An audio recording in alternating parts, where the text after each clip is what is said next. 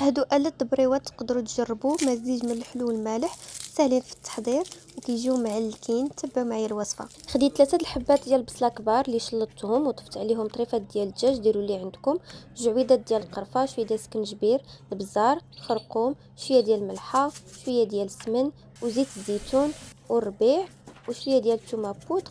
وغادي نخلط هادشي مزيان وغادي نخلي هاد الدجاج مع هذيك البصيله يتشحروا.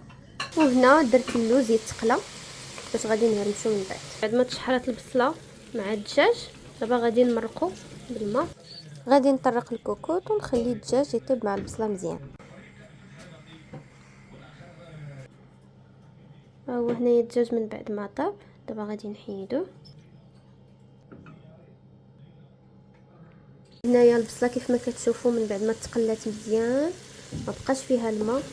تقدروا يا اما ديروا ليها شويه ديال السكر اولا العسل اللي بغيتو. بالنسبه للدجاج ها هو فتتو. خديت هذاك اللوز اللي قليت، دابا نهرمشوه في الهشوار. غادي نزيد ليه واحد رشي ديال السكر ديال الزهر، سكر كلاصي طرفه. غادي ندير الدجاج، ديك البصيله المعسله، اللوز مهرمش. صافي هذه هي الحشوه. بالنسبه للزويته فين تعسلات البصله غادي نخدم بها البريوات. غادي ناخذ شويه من الحشوه وغادي نوضعوه هنايا. غادي ناخذ هاد الجنب هذا وغنطوي بحال هكا.